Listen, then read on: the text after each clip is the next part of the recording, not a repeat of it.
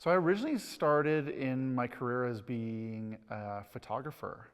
When I started with a camera in my hand at 11 years old, I was seeing skateboarding films and skateboarding magazines. That was my first application as to learning that human beings made it.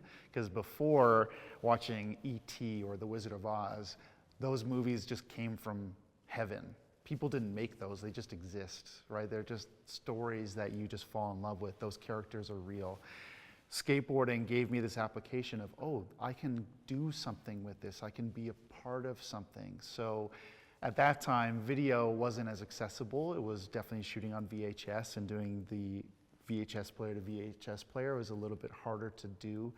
And the application I found being more accessible for me in storytelling and contributing in a visual way was photography. So I fell in love with taking photos with my friends, and as I grew up and started to graduate high school, thinking about what I was going to do for a career, photography was the only thing that made sense at that time. Filmmaking to me was still this unattainable goal, this inaccessible thing that I didn't know where I could apply myself. I didn't understand what joining the film industry meant at that time, because YouTube wasn't a thing. There wasn't a way to just go make things on your own and share it. It was, if you're gonna make videos and you make films, it has to go into a movie theater. So to me, it just felt like this Goliath of a goal where photography was still accessible. And so I really wanted to become a photographer to just be a part of skateboarding, be a part of telling stories about my friends, celebrating who they are, in particular the tricks and things that they were doing in skateboarding. But what I found is I ended up becoming this little spy. I ended up becoming this little, this thing with the camera where I could be deeper into their lives because I had this lens. Everyone's guard kind of disappeared, and I could learn more and more about them.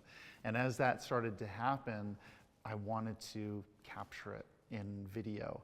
And so at the first few years of my career, learning what video could do in a larger form than photography was interviews, documentaries, started capturing their skateboarding tricks.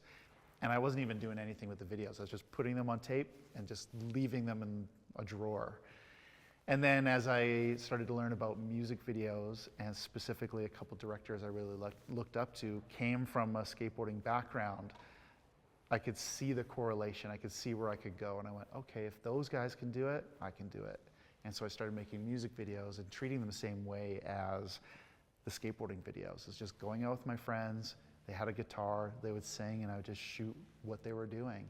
And from that, just built a better understanding of what I was actually a part of and what I was giving to these people and what my responsibility was as a storyteller. So it came to make it official, and I went to film school just to tell my parents that what I was doing was a real job. I just wanted to get to work. And this type of filmmaking I was doing didn't really apply to joining a union or anything official in that way.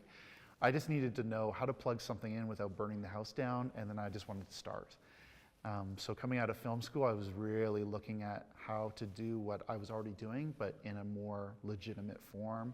And by that time, YouTube, the use of video on the internet was becoming much more popular.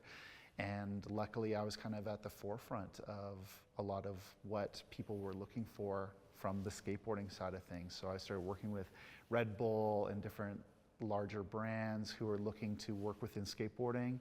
And so I dove headfirst into that and made that my career, was making action sports films, more with a filmmaking and photography mindset.